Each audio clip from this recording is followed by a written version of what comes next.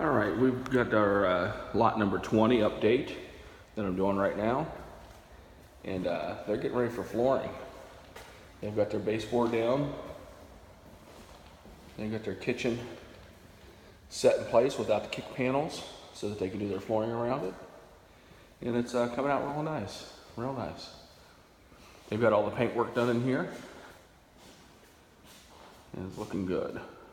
Nice kitchen. There's those 8-foot doors, as you can see. They really make the place look nice.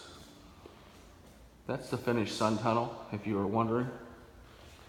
But it is looking fantastic. Yeah, see, they're getting ready for the tile work. So they're all set. They got the cabinets in the bath. So we'll be looking at tile probably, I'd say within 2 weeks. Because we got a Labor Day holiday coming up here soon.